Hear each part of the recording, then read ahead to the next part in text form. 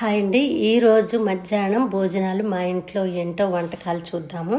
వేడి వేడి అన్నం, చేపల పులుసు, తర్వాత బెండకాయ పులుసు. బెండకాయ నేను అలా పులుసు పెట్టుకుంటే నాకు చాలా ఇష్టం. దొండకాయ రోటి పచ్చడి, దాంట్లో కొద్దిగా పసుపు వేశాను. ఇప్పుడు మినప వడియాలు, ఈ సంవత్సరం పట్టిన మాగాయ పచ్చడి, ఇవన్నీ తినంగా ఎట్లా ఊరుకుంటాం, కడుపులో సలసల్లగా తోడు పెట్టిన పెరుగు. ఇప్పుడు మనం కొద్దిగా రైస్ వేసేసుకొని తింటాను. ఫస్ట్ నేను వెజ్తో మొదలు పెడతాను.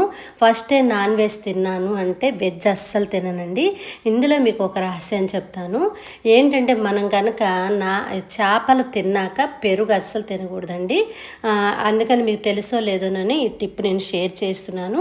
ఇంకా ఎందుకు ఆలస్యం, అందులో కొద్ది దొండకాయ పచ్చడి వేసుకొని కలుపుకొని తిన్నాను. ఇప్పుడు లాస్ట్ అండ్ ఫైనల్గా చేపలు వండుకున్నాక ఎలా వదిలిపెడతాను, చేపల కర్రీ వేసుకొని తింటున్నాను. దీంతో సరిపడా కొలతలతో చింతపండు వేసి కనుక వండుకుంటే 2 days వరకు ఈ చేపల కూర నిల్వ ఉంటుంది అనమాట. మీరు ఎంతమంది చేపల కూర అంటే ఇష్టమో, వెజ్ అంటే ఇష్టమో నాకు కామెంట్ చేయండి. ఇలాంటి మంచి వీడియోస్ కోసం ఫాలో అవ్వండి. By by.